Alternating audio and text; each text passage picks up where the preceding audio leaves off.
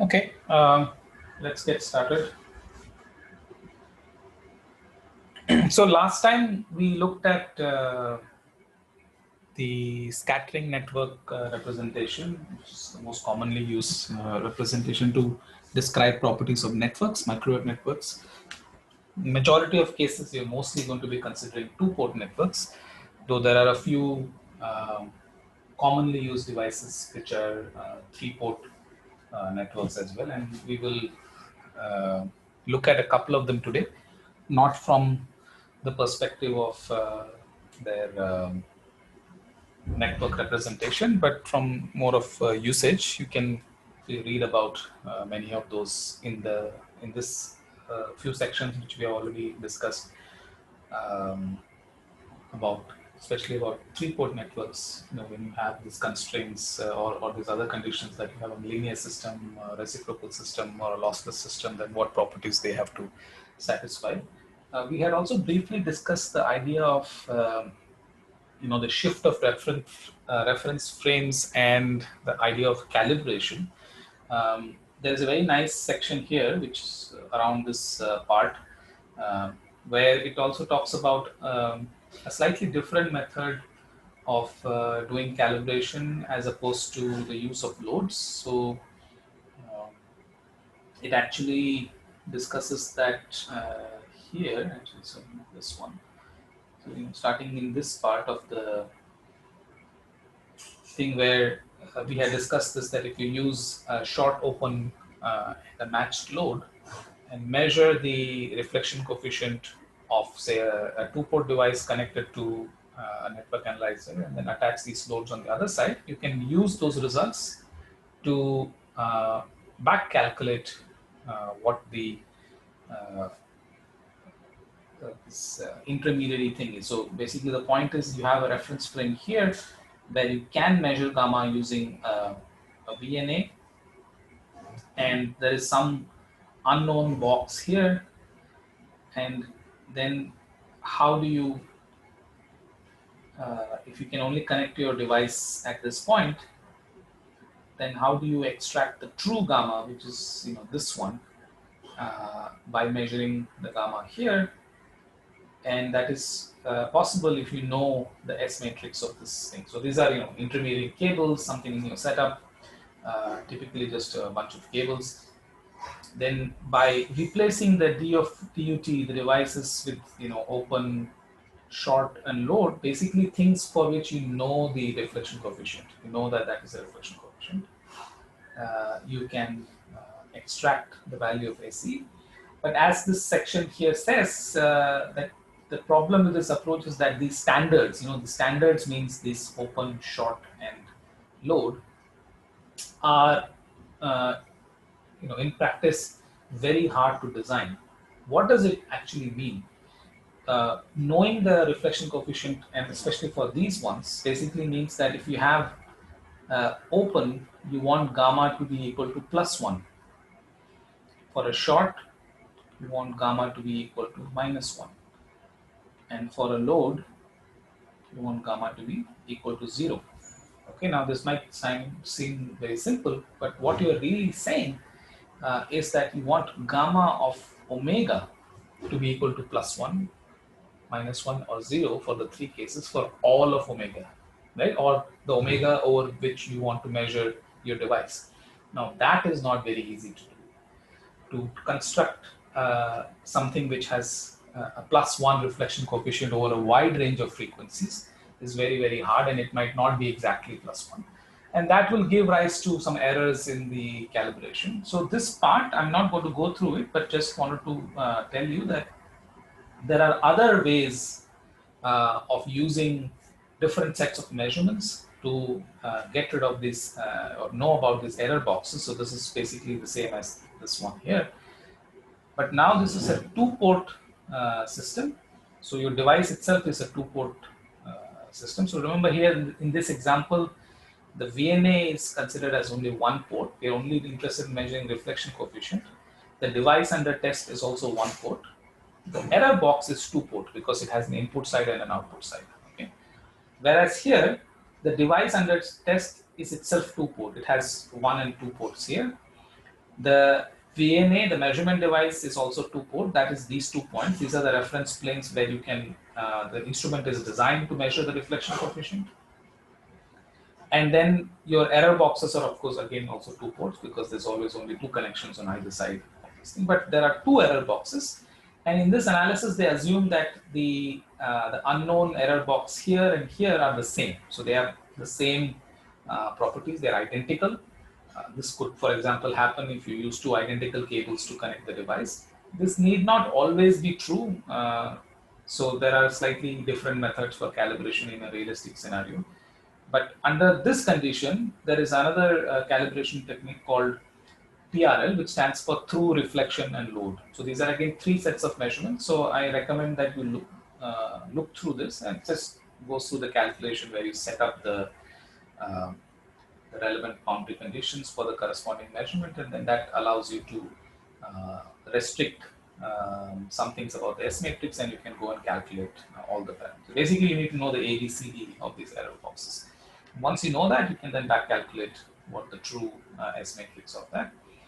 And this allows you to remove the device, put it, connect them with each other, and then put a load for both of the error boxes. So this is, this step is similar to the previous step we have discussed. And then also put a reflection. What seems to be interesting here is that even if your these connections, this through connection and the load and the other things are not perfect, it still works. So in fact, some of those quantities which are unknown, they come out of the calculation itself. So do look through this. So I just wanted to mention that. So it's a commonly referred to calibration technique, but again, in modern instruments, it could be even something more complicated and sophisticated than that. So, the fact I mentioned that, the simplest cases have the one where you want gamma of omega equal to be +1, -1, or 0 for all the omegas you're interested in. A slightly less stringent demand is that as long as you know what gamma of omega is for the standard you have connected, it need not be +1. So instead of being +1, it could be some function of omega which is known, right? You already know. So these are often called the calibration standards. Like, there is you design or based on modeling or based on measurements from a more sophisticated equipment which is present at the factory. They will tell you, what this dependence of the gamma of this particular standard as a function of omega is. So, sometimes this is a question of needing 3 equations to solve the problem. It doesn't have to be +1, -1, and 0. Those are the simplest, and they allow you to calculate it in a very simple fashion. But I think most of the standards, they have you get data about what this is. And these are things which actually you never do. Like, you don't actually do the calculation. The instrument already does that. So you just take the measurements as it will instruct you. It'll say, please connect open. Now press this button. Then it'll say, please connect short, press this button. Same thing for the load. And then the computer inside and the computer program inside does the calculation and then basically does everything. Then you just have to turn the calibration on. And if you turn it on, it takes care of whatever the calibration procedure you just did. You could save multiple of them and then load depending on the setups. You can have multiple things like that. And even the most modern ones, even these different steps are not required. The whole calibration box itself is just an electronically controlled instrument. You just connect both the ends and you just go, and it sort of internally changes by sending commands to change the exact nature of the connections.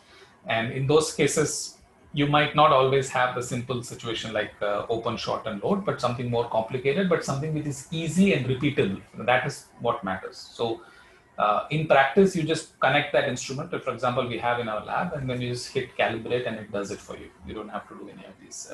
But it's good to know what's actually going on. Okay, so do look at this, and at some point soon we will do some demonstrations in the lab with the actual instrument as well. Okay, so that was about the scattering networks. Are there any questions before I move on to sort of practical setups? So this is connected to the question which Joydeep had also asked on the chat message. So those are the kind of things we'll be looking at today. Any questions?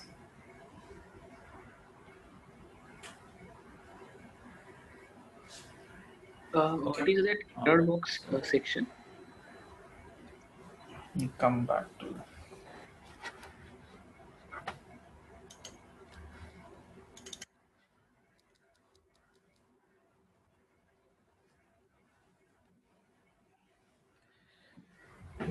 Okay, so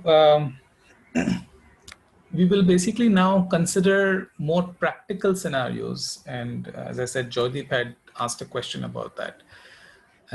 So let's start looking at that. Let me get rid of this.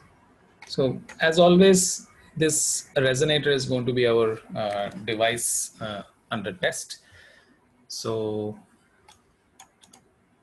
I'm going to put this. So this, we have now done this many times. We can measure the reflection coefficient of this particular device. So let me call this actually as the device under test. We'll use the sub-circuits to create multiple scenarios. So attenuator, we don't need this one. We'll get rid of that. So the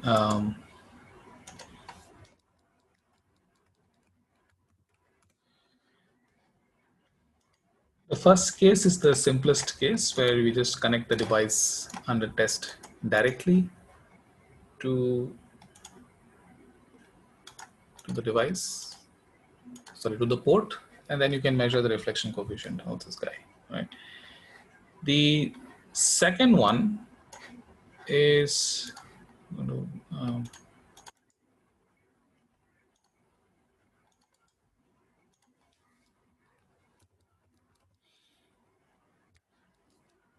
is going to be the slightly more complicated situation which one encounters in real experiment, especially cryogenic experiments, where the reference plane, so remember that this port here is essentially your reference plane, right? Where whatever is connected to this port, you can measure the reflection coefficient or transmission, whatever, of this thing.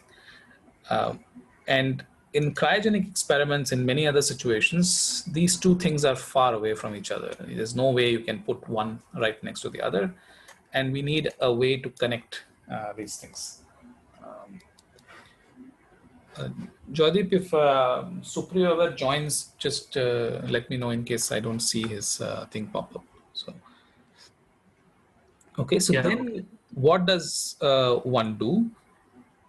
You know, typically this situation is also not represented by the next simplest scenario, which is just having a very long cable between these two objects. This we have already discussed before in the context of the fact that this only introduces some phase delay. So by unwinding the phase, you can get rid of the effect of this thing, and you can measure the reflection coefficient again. Okay. This is not the case because in cryogenic experiments especially, there is no way to connect a device at room temperature to a device at low temperature, at cryogenic temperatures, with a transmission line which is just a length of lossless perfect transmission line. It's just not possible.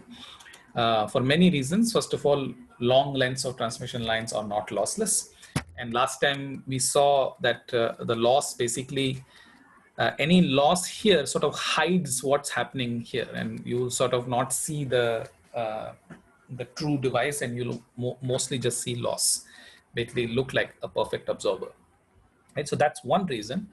The other reason, which I guess Jay and Srijita, you've heard this in the other set of lectures, and again, Joydeep, you obviously know this, that we like to put attenuation on the line connecting the room temperature sources and measurement instruments to the cryogenic device. And this is needed because we like the cryogenic device to be actually cold, not just physically cold, but actually even in terms of the noise it feels, the fluctuations it has. And a 50 ohm source sitting at room temperature will at the very least radiate noise corresponding to 50 ohms at 300 Kelvin. And if you have a perfectly lossless line going all the way to the device, then that noise will reach the device, and then your device will not correspond to being sitting at say 10 millikelvin or 4 Kelvin or whatever you're doing. So you then intentionally have to add attenuation as part of your measurement setup. So you, let's see, where is the, here I think.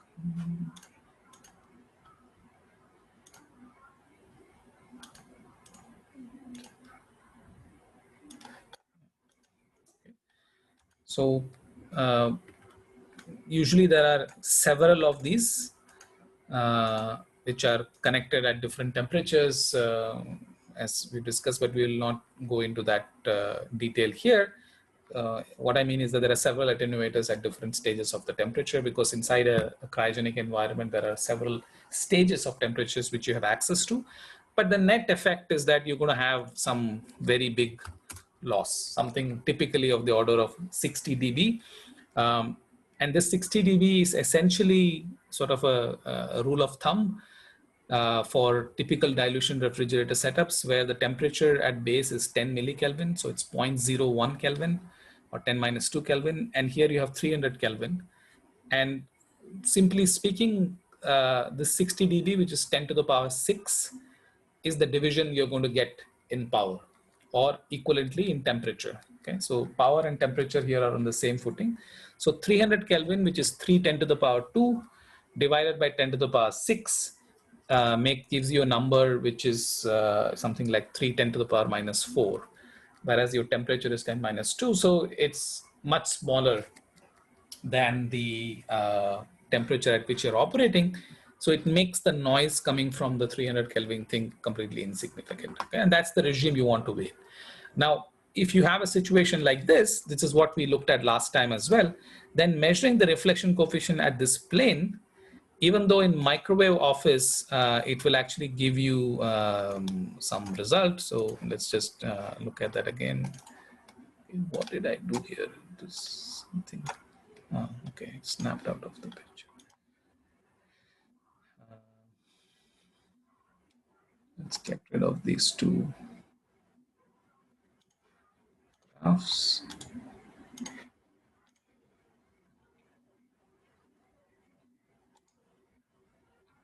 Yeah. Okay. So the wrong device, of course, sorry. So this was the reflection coefficient of the device under test, which of course is perfect, unity transmission reflection, and this perfect 360-degree phase shift. We now add the this schematic 2 situation, which is the one with the losses in it, and add that, and you know this S11 magnitude is basically 0, right? And we did see that the angle still seems to show us the correct number, but that's sort of misleading, because when you have gamma of 0, essentially it means you're getting no signal back. So in practice, you will not be able to measure anything, since this is just a numerical calculation. There's no signal to noise ratio. So it shows you identical phase information. So in practice, because of the fact that this gamma amplitude is 0, you cannot really measure this in this way.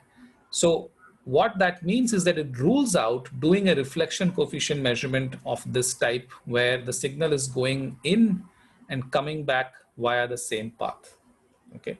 Now, having said that, some people still do this measurement this way because it's easy, it's convenient. In terms of the resources you need to do the measurement in the more correct way, which is what we will be looking at next. And you know, this has to do with the availability of instruments and things like that. Okay.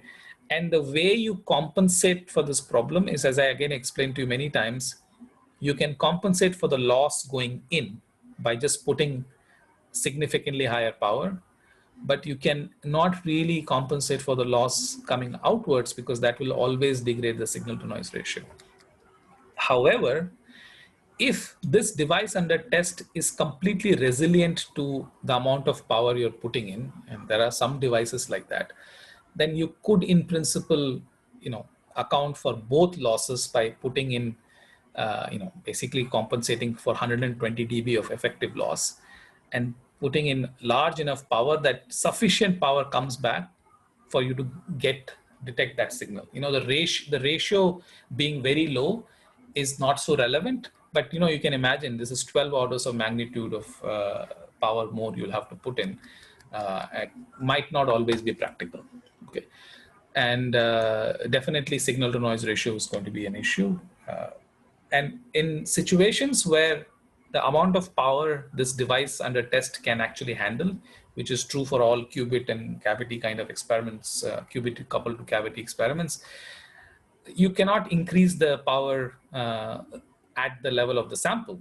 So you can compensate for the incoming loss by putting 60 dB more power than you need here. But then the fact that the outgoing signal is going to be 60 dB attenuated, nothing can be done. So then what you do is, instead of measuring it along the same line, you use two lines. Okay, so there is now an input line, which is the one which is coming in with the attenuator. And for the output, you use this non-reciprocal device. There are actually two ways of doing it, but I'll show you one of them first. This is now a 3-port device. And again, most of you are familiar with the idea of this. And this is called a circulator, which has this special property that signals only flow in clockwise direction. What it means is that if you send in a signal at port 1, it goes to port 2 and not to port 3. Almost perfect coupling. What is that here for this microwave office, there are these two numbers written here. These typically tell you the physical properties of this device. So what it means by loss, it means, is there any signal lost going from 1 to 2? It could be because of some internal components. This is typically also called the insertion loss. Usually for good circulators, this insertion loss is very small. It will be like 0.1 dB, 0.2 dB, 0.5 dB at the most. And especially at cryogenic temperatures, it can be very small, like less than 0.1 dB. Ideally, you would like it to be 0. Okay, and isolation tells you how much less power is going to the other port. So in this case, it's 30 dB. This is typical. Commercial ones are typically between 20 and 30 dB. It means that it's not that there is 0 power going to port 3. About minus 30 dB of that is going. Now you might say, well, this seems to violate conservation of power. Technically speaking, yes, because you can't have 100% of power going and still have finite power going. But this number is extremely small. Okay, it's like 1,000th of the power. So in reality, there will be a tiny reduction in this number here. It's not accounted for. And what this does is that the incoming signal, which remember you can compensate by increasing the power, will come at the right level, and that power will get coupled to the device under test. But the signal which gets reflected from here, now the signal is coming into port 2, this will couple to 3 and not to 1 by the same ratio. Okay, there'll be a factor of 1,000 difference between the power going this way and the power going this way. So now you have another port where the reflected power is coming out, right? So earlier V plus and V minus were traveling along the same lines, but now the V plus came in, but V minus didn't go along the same thing. It now has been diverted into port number 3. This then allows you to take this line and treat it differently, in terms of losses and stuff like that. One of the most basic requirements you need in order to not have loss related issues, because remember, this wire still has to go to room temperature, right? So the same problem happens, that line will be bringing with itself. So I have to now put some second port here, which now is at room temperature as well, because that's where our measurement devices are. If I connect it like this, then you might say, well, what did we do? Whatever we did to protect here, I seem to have undone here by connecting this directly to the port, because now 300 Kelvin radiation is going to come down. Okay, that is correct. And this is not how we typically do it, but already here you can see that this noise actually does not make its way to the device because of the same circulation property. This circulator, the signal which comes at 3 will actually go to 1 predominantly, which is okay, because this radiation will come here and will go to 1 and it'll go and get dissipated in this attenuator, and then some of it will even come back. That is perfectly okay. But how much will leak to port 2? Minus 30 dB. Okay. So it's not satisfying the 60 dB isolation requirement for what we had said as the rule of thumb. So what one typically does is one puts a second one of this here and in the opposite direction. Okay. So remember that the signal which is coming out of 3, you don't want that to be attenuated at all. So it has to go through the through direction, the correct direction. And then in this case, the third port is actually not needed. And so what you do is you then just terminate it with a 50 ohm device. So just a 50 ohm termination.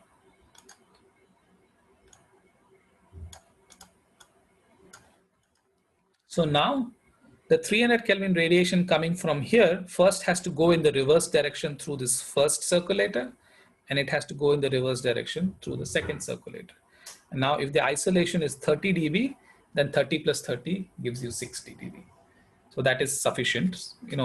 In practice, the typical devices we get, they're about 20 dB. So we like to ensure there are at least 3 stages of these circulators. A circulator usage like this, where the third port is terminated with a 50 ohm, is also called an isolator, because it isolates this part of the circuit from the signal coming from the top, but allows the signal to go in. And in fact, microwave office, in that same thing, the non-reciprocal provides this isolator object. So here it's just a 2-port device now.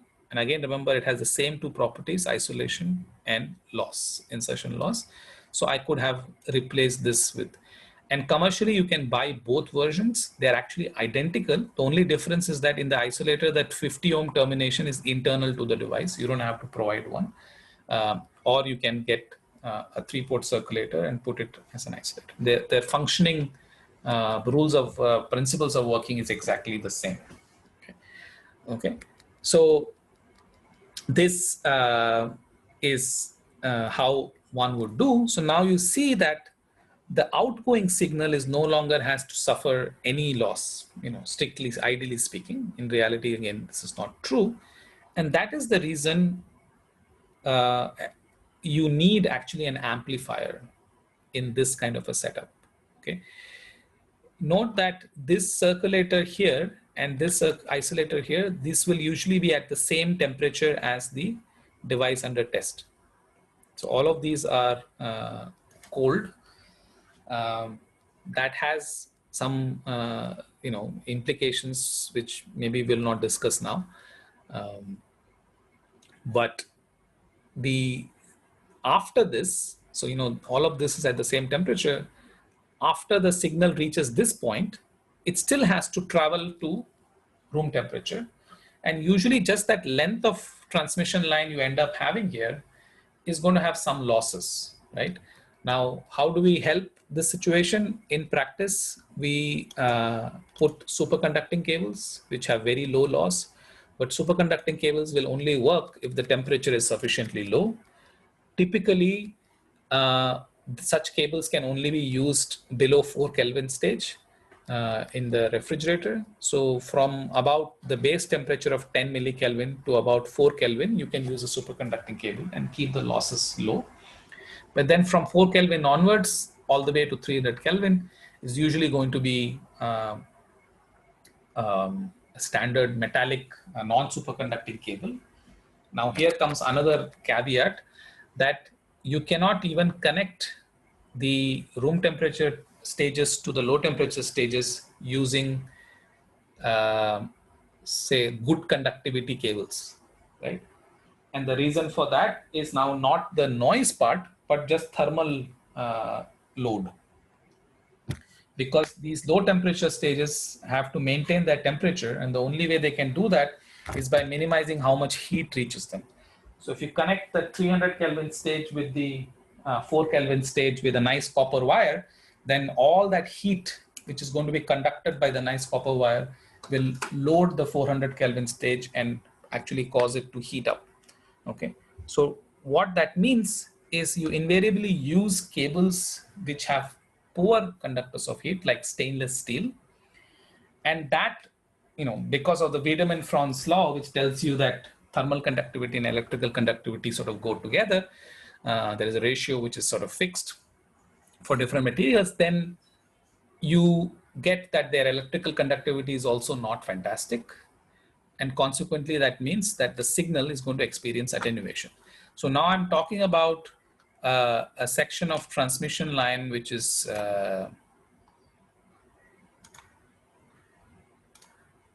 going to have to be present here because there is a finite length involved. And the fact that this is going to be always lossy. Now, there'll be similar one here. We've sort of ignored it for simplicity. And this is always going to be lossy, which means that the signal from this point onwards till it reaches your room temperature detector is going to experience some loss, and that will reduce your signal to noise ratio again. So you don't want to lose signal. So any signal which comes from your device, you would like it to reach your detector at room temperature with as minimal loss as possible. Okay. So what is the way to compensate for that? You then put an amplifier at this stage. Okay. Now this one doesn't have a symbol for amplifier, but anyway, you can imagine that I put an amplifier here. Normally in the, so it actually is done like this. So first you have a section of cable, which is the superconducting section. Then you have an amplifier, and then you have another cable which connects the amplifier to the rest of the chain. Now, by increasing the level of the signal here, the further losses which are going to happen at this stage are now become less important. Okay? And there are things associated with how good the amplifier is in terms of how much noise it adds. That's this idea of noise temperature, which we will discuss in a separate session later on. Those things are important.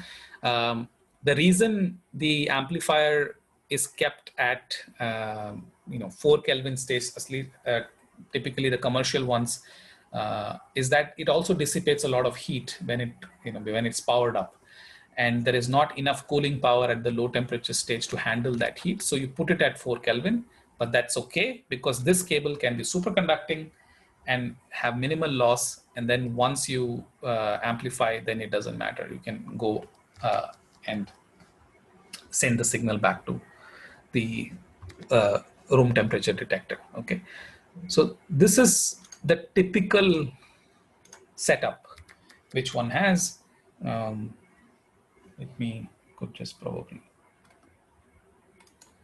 just for it to be correct.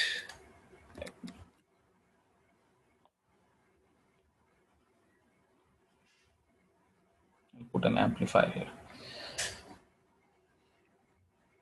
Okay, and this is, let's say this is like 10 millikelvin, all of this, and this will be at 4 Kelvin, and then this is 300 Kelvin.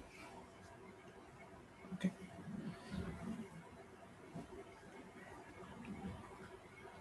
So by using these things, you are able to satisfy all the requirements for the measurement, and at the same time, you are able to get access to the reflected component of the signal here to reach all the way to the room temperature stage. Okay, and as I'd written in the chat message yesterday, this effectively changes the port at which the reflected signal is coming in, But all that means is that instead of S11, you need to look at S21.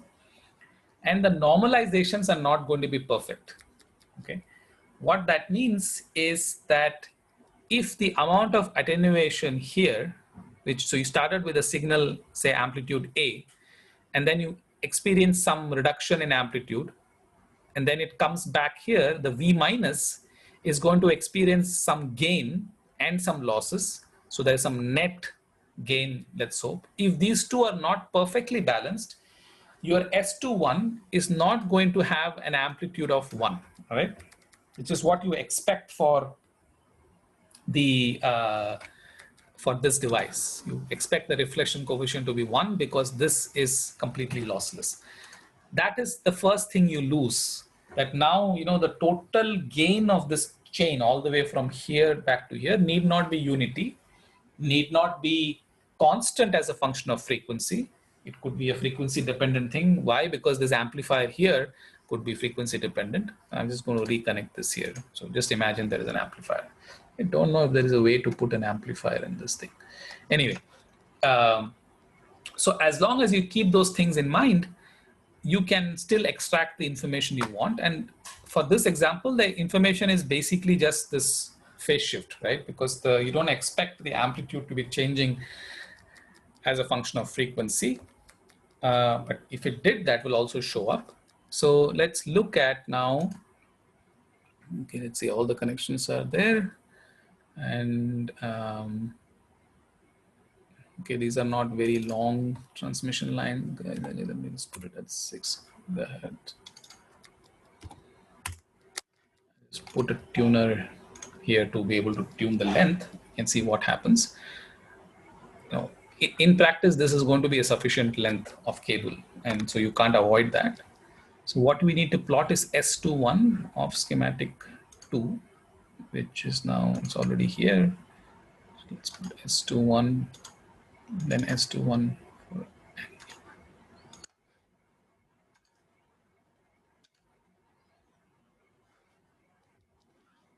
okay.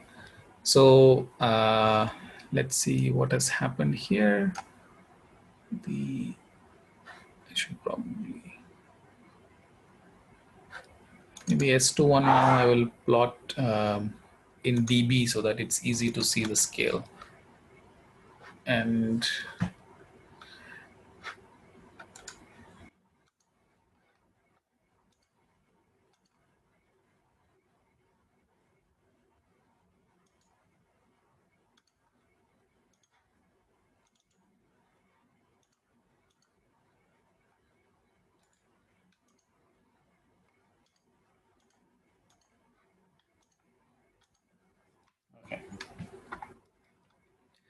so remember the pink and the blue are for the ideal device, which I was expecting. So this is 0 dB for the magnitude response, which is equal to essentially 1 in magnitude. And that's your phase shift. And now through this schematic 2 representation, we're now looking at S21. And S21 looks flat, but is at minus 60 dB. Okay, why is it minus 60 dB? Because we only have the loss part. There is no gain part in this circuit. Okay, so you have to imagine that if I had put in a gain amplifier with 60 dB of gain, it would have brought it back up. Okay, so you know, from this microwave office model, it seems like both of them are exactly the same, but I hope you've understood the difference between the two. Now the phase is looking funny. This is entirely because of the extra length which we had put in here. So if this length was 0, then it would get a perfect thing. Or if this length was very, very high, which would be the case in a realistic scenario, then you're just going to get this phase winding effect. So you see, this looks exactly like the same effect you had when you had a long cable in a single port experiment between the two. Okay. And this is still the simplest sort of scenario where you only effectively have a long length, which is just this entire length all the way from here to here. Okay, and you're assuming everything is frequency independent, but in reality, what you would see is that the not just the amplitude will have variations. Sorry, not just you have phase winding, but even your magnitude can have different function. You know, it could vary with frequency, but as I explained to you earlier also, that since most of the time you're interested in a very narrow range of frequencies, which is the resonator's frequency. Of course, here the resonator is fairly low Q because of the way we have designed it. It doesn't usually matter so much. And I'll actually tell you some of the things where it matters in just a little bit. So yeah, so that's effectively what's going on in a realistic setup and how you do it with the help of circulators and isolators. So let me pause here and see if there are any questions.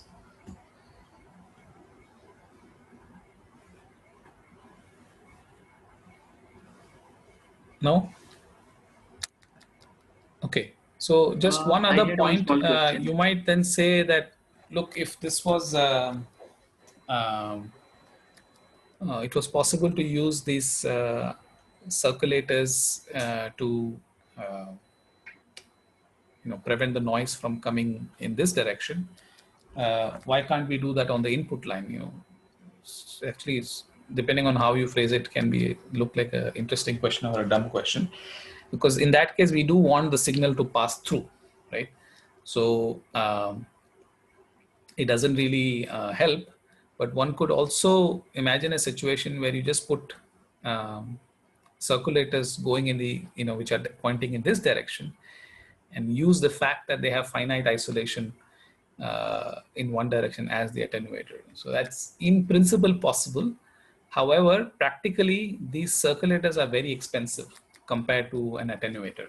Like a decent cryogenic circulator costs something like $2,000, whereas a commercial attenuator costs about $100. So it's a big factor. So since on the input side we can afford to attenuate without having any real consequences, we don't do that. Okay, just going to take a 2-minute break, and I'll come back in just a second.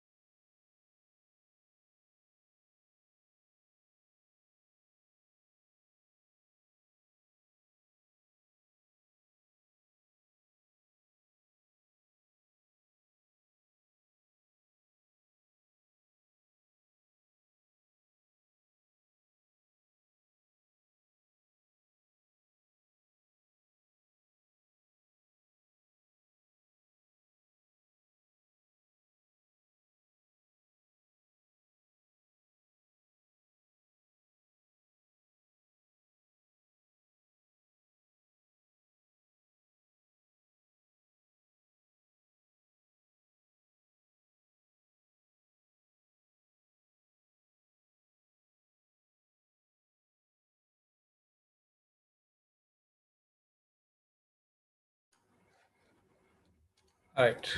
So yeah, so the next thing, I think maybe we also discussed this briefly before.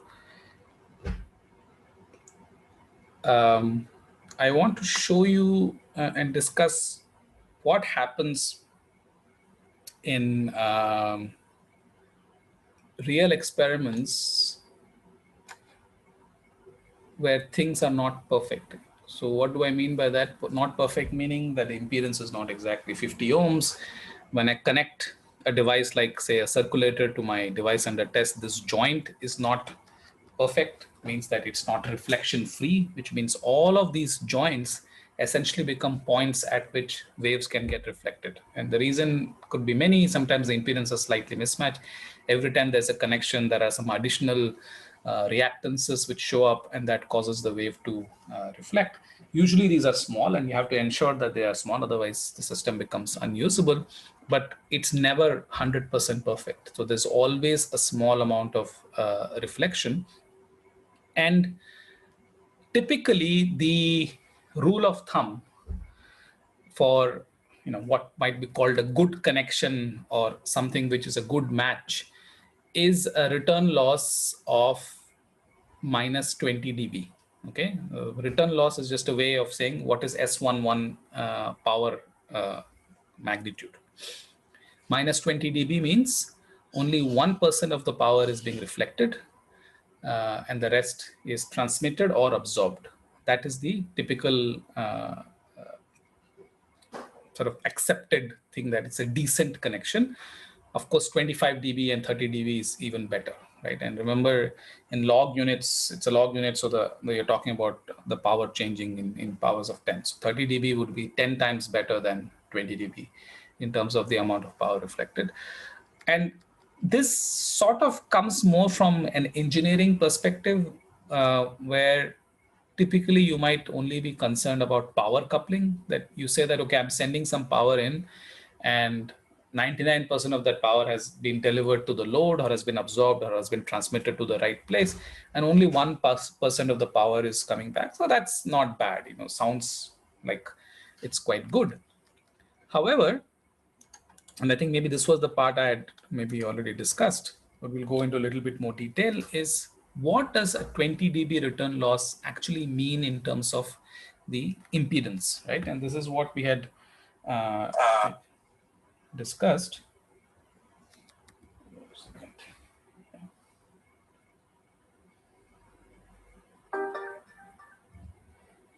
Sorry, just 1 second.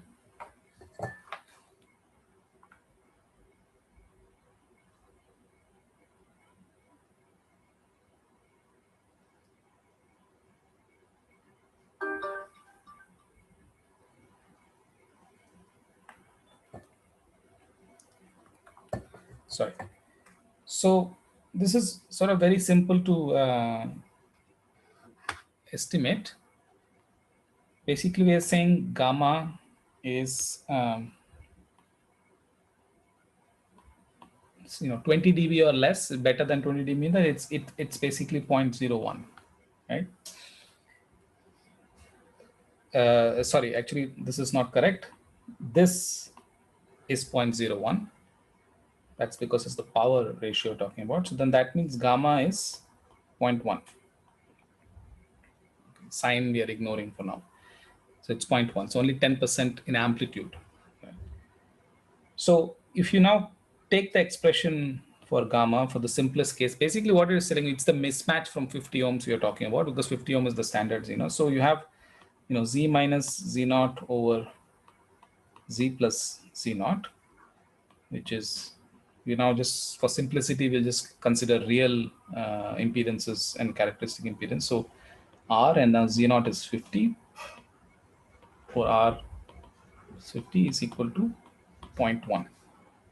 Okay. Or essentially what we are trying to say is not, so it's not equal to 0.1.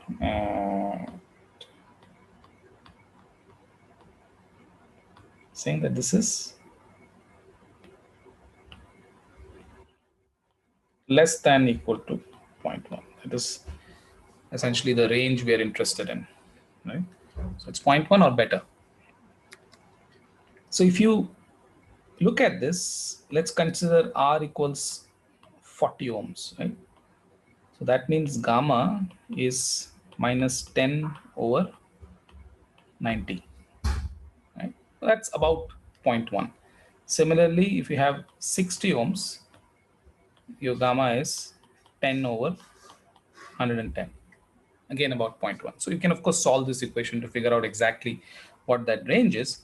But what I want to emphasize here is that a change of effective impedance from 40 to 60 ohms, which is about 20 ohms on top of 50 ohms, which is 40%. So it's plus minus 20% of the value of 50 ohms, is still within the acceptable, what is considered typically the acceptable range of return loss or reflection coefficient for a good connection, right?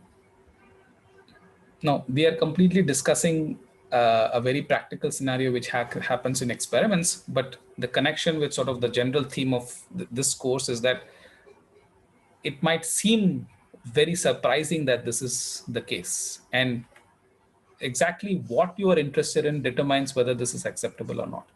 From the point of view of power matching, it looks absolutely fine. 1% power, I don't care if it gets lost. But you look at this, and suddenly it seems like, okay, that seems like a non-trivial amount of change in the impedance. And what kind of effect can it have on, say, realistic device properties, which you might be interested in? And one of those properties could be, say, the Q factor of a resonator, right? Because we know that Q is, for a simple parallel LC, is directly proportional to the resistance it sees, which in most cases, as we have discussed, is basically set by the coupling to the environment, and that environmental resistance is always 50 ohms. But now if this R can vary between these two limits, then you can see that the Q will vary by the same ratio. It can change by plus or minus 20%. And that need not be a small number depending on exactly what you're doing, because the Q factor could affect many things in your device properties. Okay, so how does this actually manifest itself? What do I actually mean by that? Where is the 40 ohms? What is this 50 ohms, 60 ohms change impedance mismatch business? And this, as I was mentioning earlier, it's all related to these joints. Okay, so let's now look at a situation again here. We will now again simplify it by just having a single port setup, but it applies for all of the case, and I will point out how it applies, or how does one think about it in the case of the setup we have discussed here. So let me go back, put my device under test here.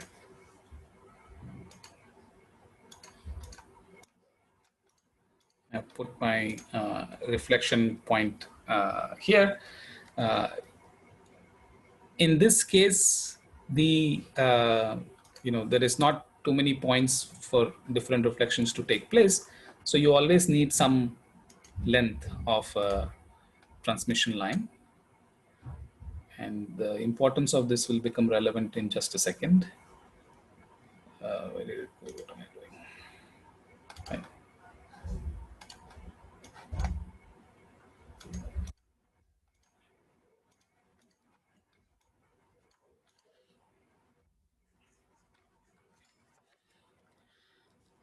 And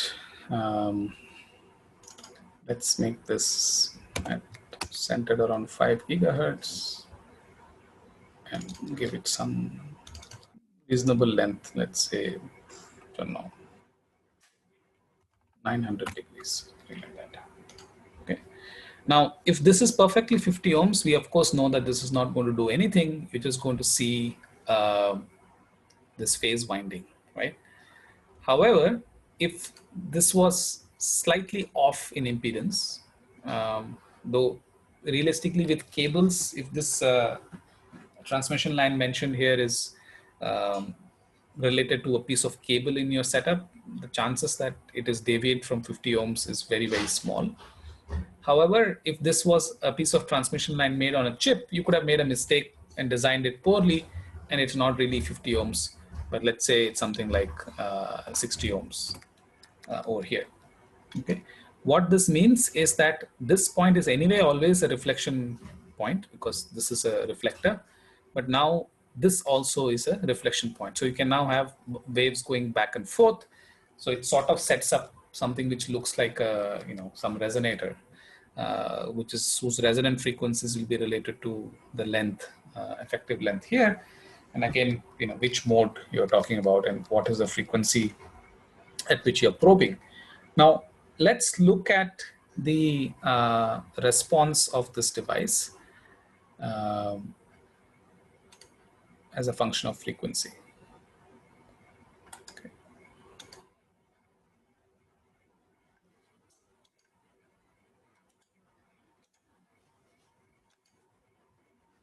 Schematic 2. Let's look at magnitude in dB.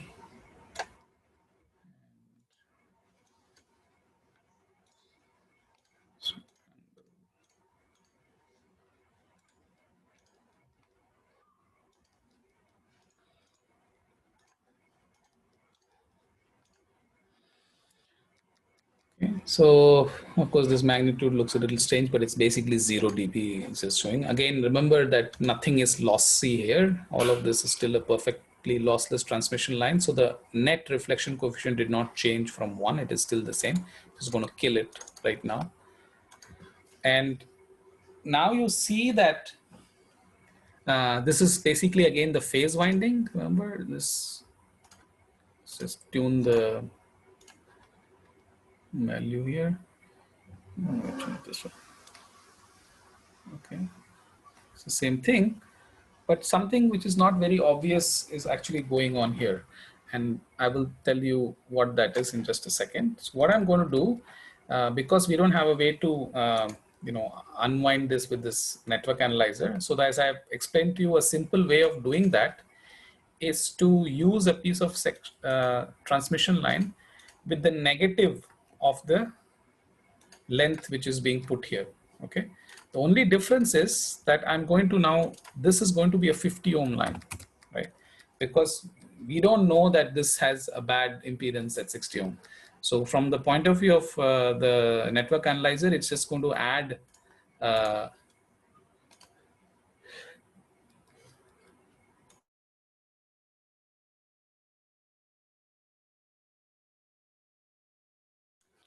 sorry, I had to sneeze.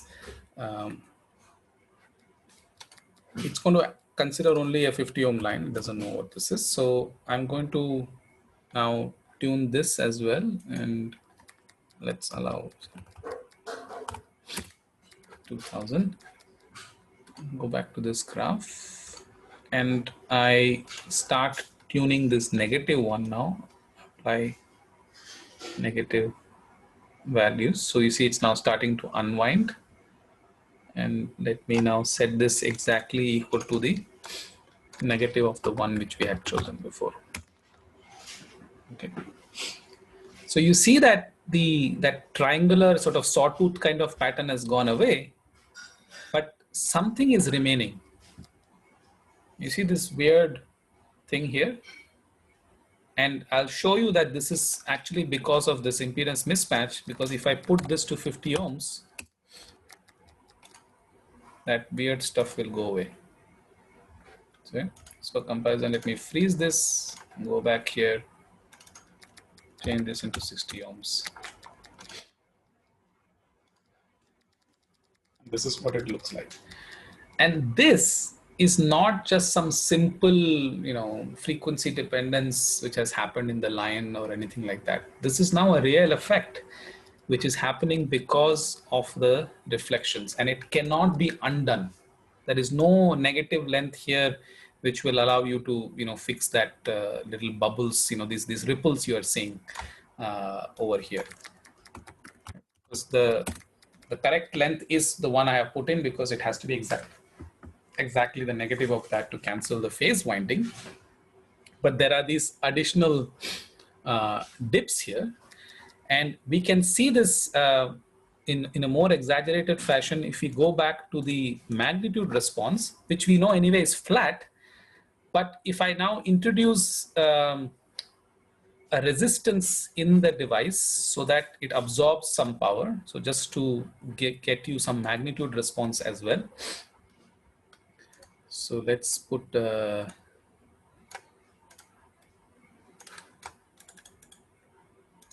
resistor in the device, and let's make it something, you know, not very too close to 50 ohms, but 100 ohms, so that it's not, maybe even a little smaller mismatch, so that it's not a big dip. Okay, so let's go back and make this 50 ohms so that we are back to the ideal scenario. So we take that as the reference. Okay, so you now have in your magnitude response a nice dip as we would expect at the resonant frequency. Let's freeze that.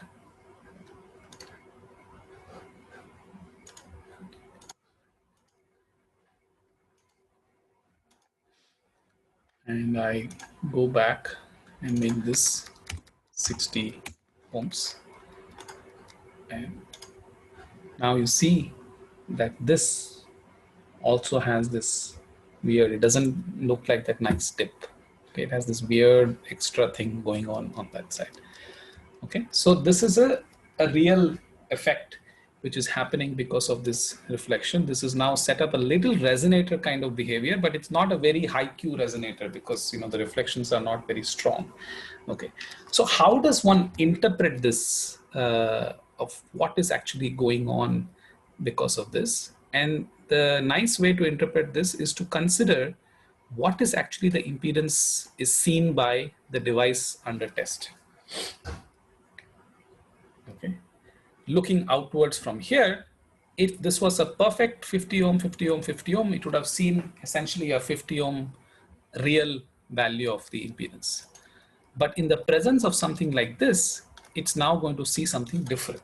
Okay, and that's what we'll see. So I'm going to disconnect this device under test because now I'm interested in knowing what it looks like from this side, and that means we have to measure the input impedance as seen by now a port here. Okay, so in order to measure the input impedance here, I have to connect a port, but it will now tell me what this environment looks like. Okay, so just for verification, we go back to the ideal case. I put it back to 50 ohms.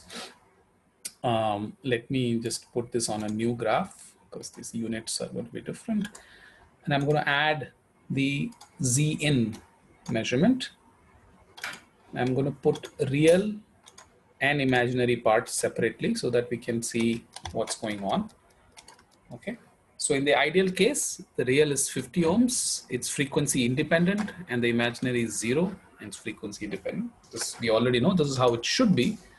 Let me freeze that again for reference. Go back here, put this as 60 ohms, and then let's look at it again.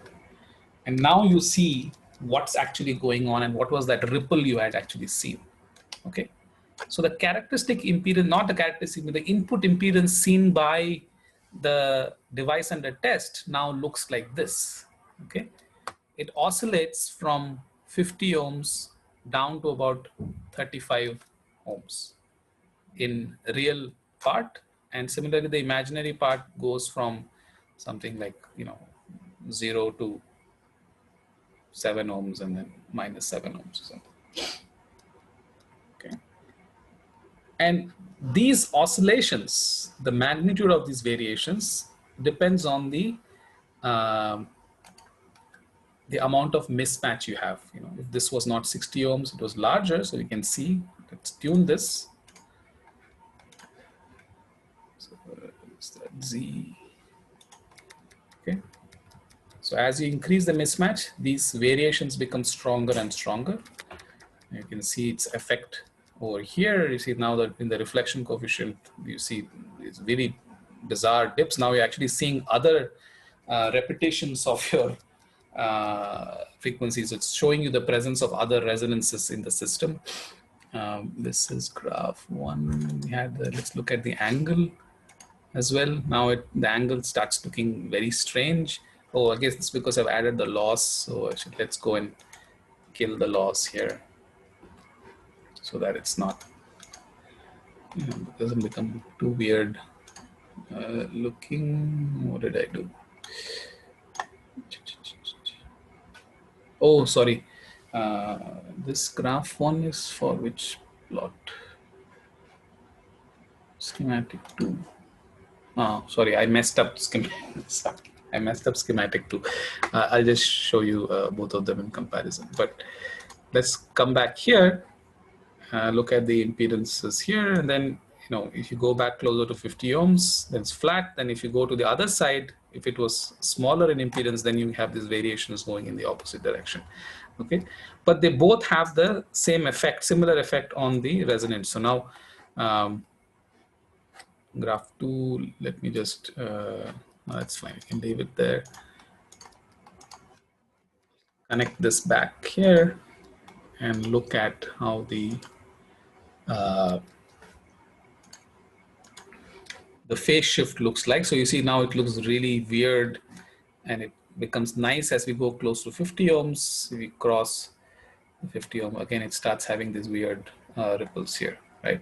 And in fact, Joydeep, you're probably the one who has seen resonances many times on the screen.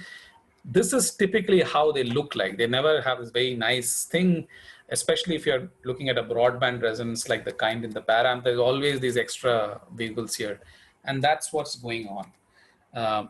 Now, to give you a sense of what is the reflection coefficient for these values, so let's go back here and reconnect this part. We were now looking at the input impedance, but I told you, the rule of thumb is related to the reflection, on how good the reflection is, and that was minus 20 dB. So if I now plot here, it's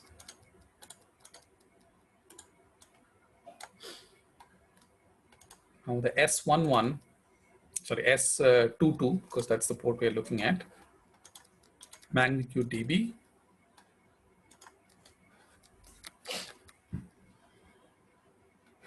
So this one here. And you see that, so this is now as a function of frequency. Obviously, the reflection coefficient is now also frequency dependent. And there are special frequencies where it goes to very small reflection, which means it's matched. But the worst it gets is about minus 20 dB for a value here, which is about 55 ohms mismatch, right? So again, if I go close to 50 ohms, close to 50 ohms, it becomes smaller and smaller. If I go away from 50 ohms, it gets worse and worse. The reflection coefficient is getting worse. But you would call this a good enough reflection coefficient, but the impedance variation is still pretty strong, and that gives rise to these wiggles and things you saw. Okay, this can have a very different effect. Now, note that this period here is exactly related to the length of this section. Okay, the longer the length, the faster the oscillations would be, just like a resonator, right? So the device we have been looking at has its natural variation, in the resonance, basically because it's a low Q system, device is directly connected to 50 ohms. It doesn't, I'm terribly confused where all the data is. Okay. See, this variation is happening. What I mean by variation is that the line width of this resonance, so the region of frequency over which the phase changes, is happening over a fairly large range of frequency because it's a low Q oscillator. Whereas the impedance variation is also happening on a similar scale. So that's why you see some extra modulations on top of your resonance curve. However, if let's say by putting a coupling capacitor or redesigning this in such a way, we actually make this a very high Q oscillator, which means that over this range of frequency, the resonance is going to be very sharp and local. And suppose this resonator is now tunable, which is often the case in real experiments, which means I can tune where the resonant frequency is. What it means is that if that resonant frequency was close to this point, it's going to see an impedance of 50 ohms real and imaginary 0. However, if that frequency was here, it's going to see an impedance of 41 ohms with imaginary being 0. And then somewhere in between, it's going to see something combination of real and imaginary. So what that means is that the quality factor, the Q factor of that resonator is no longer very well defined as a function of frequency, because the impedance is varying as a function of frequency because of these kind of mismatches. Okay, and these are all very real things which happen. Not necessarily the mismatches is not necessarily in this way, but typically it happens where this might be 50 ohms, but then you have reflectors here because there is some extra capacitance to ground and another extra capacitance to ground. So you can play around with that to see that if you add different ways of reflection. Remember, you have to add weak reflections. If they are very strong reflections, then you have done a very terrible job of designing your circuit. But weak reflections, which have very small reflection coefficient. But even smallish reflection coefficients can cause these kind of variations in the impedance, as we have seen here. Okay, so this was one of the main points I wanted to discuss today. And because it's very practical, and understanding the concept of input impedance and reflections allows us to know why this is there and why it cannot be simply undone by just adjusting the electrical delay. This is a real physical effect on your device because it's affecting your quality factor of your device, which means how it dissipates its energy is going to change, how it's going to cause interference is going to change. And it's not just some problem in your line which can be undone. So this is very important to keep in mind, that what you can and cannot change. Okay, so I'll stop there and take some questions before we end for today. Are there any questions about this part? So the amplitude of these. Okay, I mean, either you guys are all asleep today, or I've done a fantastic job of explaining things that everybody's understood everything. Are you able to hear me? Hello. Hello. Okay, all right. There's no questions, then we will meet again. I'll message you about the next class. I think we will have it at our usual time only on Saturday and go from there. Okay, what is this chat message? No, I can't hear anybody. What's going on? Hello. Hey, sorry, were you not, did you guys ask questions earlier as well and I was not able to hear you? I think Joydeep was asked a couple of questions. I'm not sure. Okay, I think I might have done a very stupid thing and muted the computer on which I was talking. Okay, so that was the reason why nobody was asking questions. Excellent, great. Okay, all right. So then please ask a question about anything we discussed today so that we can take into account. All right, Jay, go ahead first. So we discussed that this amplitude of these variations in the graph which you're flashing, that depends on the impedance mismatch. Yeah. And the period you said depends on how long the cable is. This length of the cable, yeah. So the length of the cable between the two reflectors. So here, of course, I mean, I have made it back to being ideal. So if this was the case, then you're going to have reflections here, because this anyway, you know, in this case, this is a 50 ohm system, but otherwise if it was the device under test, that is a perfect reflector. But on this side, it's a mismatch between a 60 ohm line and a 50 ohm line. So these are the two reflection points, and that then form your, you know, your Fabry-Perot type of resonator, which we discussed last time. So if you change this length, then this period here will change. You can see that if I just do this. Okay, this is doing something funny because I have now there's this negative thing here. So let me get rid of that that section of transmission line here by setting it to 0. And then if I change this, so just like, you know, when you, for the phase winding, you had more periods in a given frequency range, the period of repetition will slow down as you have a smaller length. Okay. So is that what you're asking? Yeah, I was a bit confused because a longer length would imply that you know, the the fundamental modes have a larger wavelength. So that would, in my head, Well, okay, that's the thing. See, the resonator, these are what you're seeing here are not the fundamental mode and things like that. In fact, the reason you are seeing so many oscillations, remember you are at a frequency of 5 gigahertz. This is 1000 degrees at 6 gigahertz. So remember that you typically, if you say that this is like a lambda by 2 resonator, you could have, that would have happened at 180 degrees at 6 gigahertz. So the fundamental mode of this is actually very, very low. It's like 10 times lower than this frequency. So what you're actually seeing in some sense are the various harmonics. So remember that if you have a fundamental at 1 gigahertz, then you're going to have something at 1, 2, 3, 4, 5, 6. And here you're looking at a range 4 to 6 gigahertz. So you have a few of these things showing up. So you're confusing the repetition frequency with the length, which is related to the fundamental mode. So the lower the fundamental, the faster the modes repeat, right? right? Yes. Yeah. Okay. Yeah, So that's thanks. what's going on here. Yeah. Yeah. Jodit? Yeah, so I had a similar question. So yeah, it is answered. Yeah. Okay. So I was Okay. thinking that similar, like some standing wave are forming within the impedance mismatch points. Exactly. Standing waves are forming, but the length over which the standing waves are formed, which is sort of setting the fundamental, is actually much larger.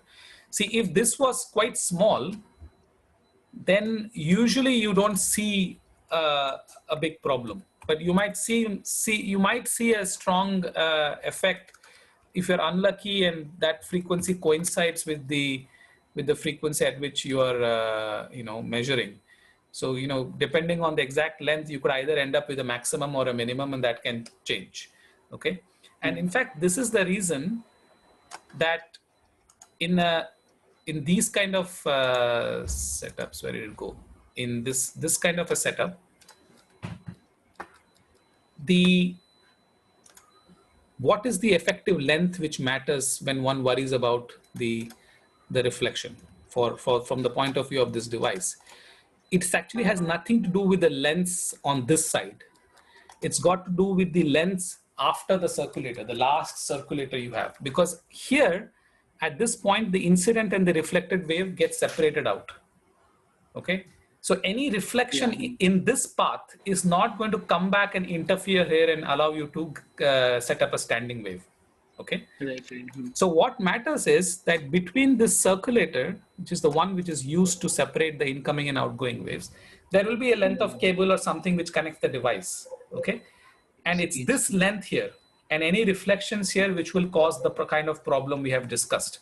So we always recommend that, if possible, and that should be possible because these devices are all kept at low temperatures, that you keep this distance as short as possible, because then any impedance mismatch will cause minimal effect in terms of these kind of having these ripples. You still don't want a bad impedance mismatch, but if there's always going to be some, but if you keep the length small, then it will have a minimal effect in terms of affecting your response curves. So especially for our parametric amplifier devices, we always say that if this is your paramp, keep the cable from the paramp to the first circulator as short as possible. Sometimes there are practical constraints that they won't fit inside a location. These circulators are magnetic. You might not want to keep your device very close to the circulator. So there are some practical constraints, but then if you try to keep this cable as short as possible and also ensure that these connections are as high quality as possible, that would help you prevent this problem. Okay. Okay. All right.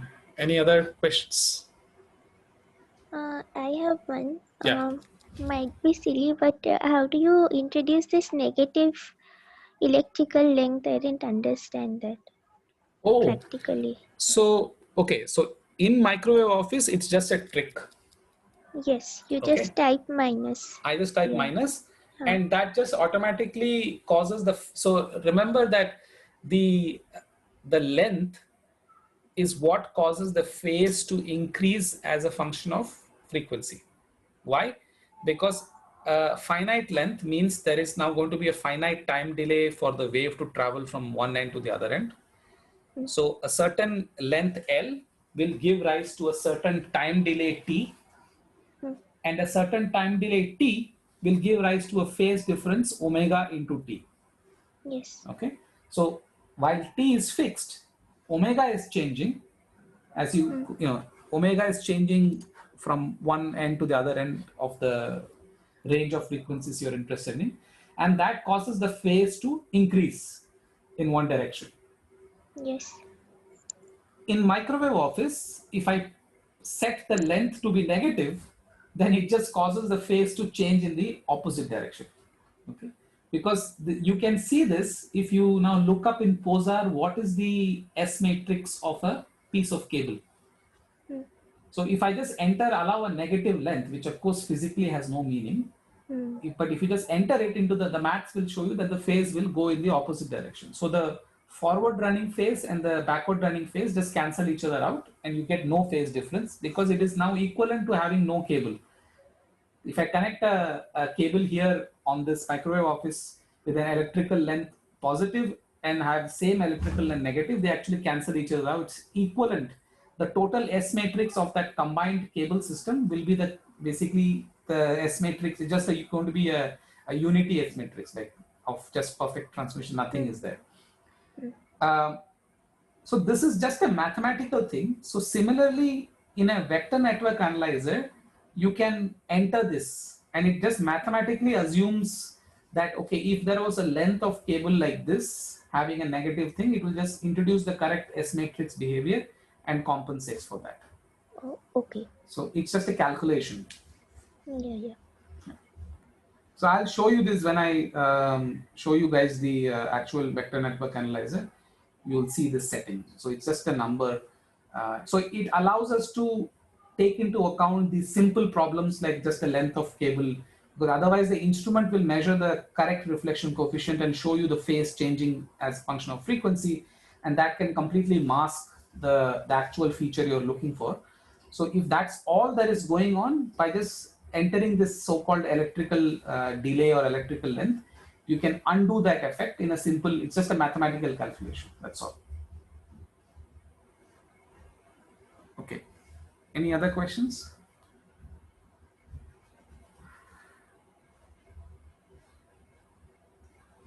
Okay, all right, so stop here and then meet on Saturday. See you.